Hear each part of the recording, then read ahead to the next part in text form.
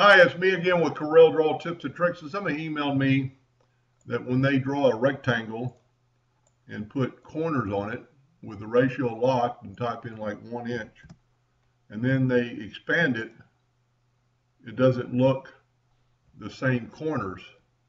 That's because they have this right here unchecked. So this one was done without that, and when you expand it out, you see the corners are still 1 inch, but it's not relative.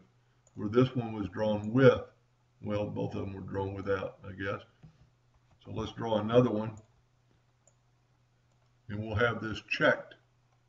And then let's do 1 inch. And now let's make it bigger, and the corners are relative to the shape.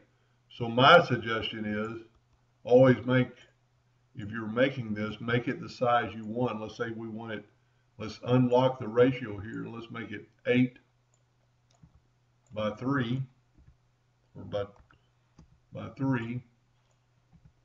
And then that's the size. And then let's put 1 inch radiuses on it with this locked. And you get that, so that needs a little bit more. So let's go 1.5, which would be in the middle of the 3, and you get that oval shape.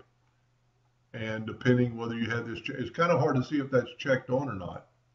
That is not checked on. I think you can check it now, and it'll still work for you. It's kind of, it grays it out when it's not on, it's white when it's not.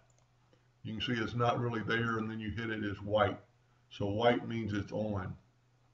Anyway, I hope that answered the question, and thank you for watching.